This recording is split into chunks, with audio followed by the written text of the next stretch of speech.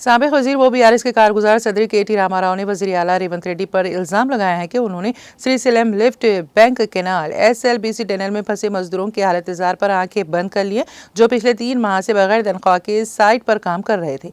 उन्होंने वजीर आला की इंतखाबी मुहिम और बचाव के इकदाम को नजरअंदाज करते हुए दिल्ली के दौरे का मज़ाहिका उड़ाया। उन्होंने याद दिलाया है कि 36 बार दिल्ली जाने के बाद भी पूरी रियासत के लिए 3 रुपए नहीं ला पाए।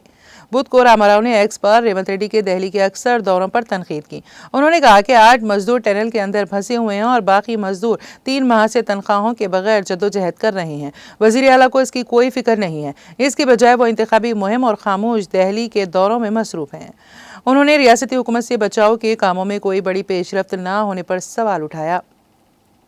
We demand the state government, the Congress government in Telangana, to come forward immediately in light of recent spate of incidents that have happened, spate of mishaps that have happened purely because of neglect of the government, neglect of the concerned department.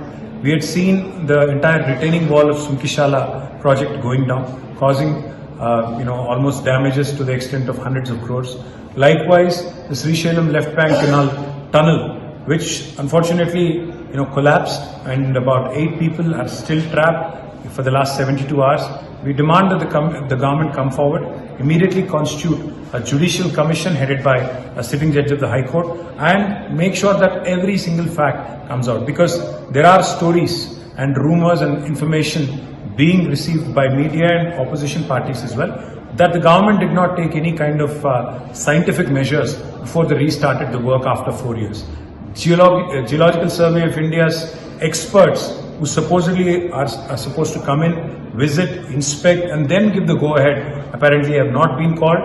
No go-ahead was obtained, and the government recklessly forced the agency to start the work. Unfortunately, because of the negligent attitude of the department, of the agency, lack of oversight, lack of supervision, today a disaster has happened, causing hundreds of crores of damages to the exchequer's money. Not only that, 8 precious lives are still trapped.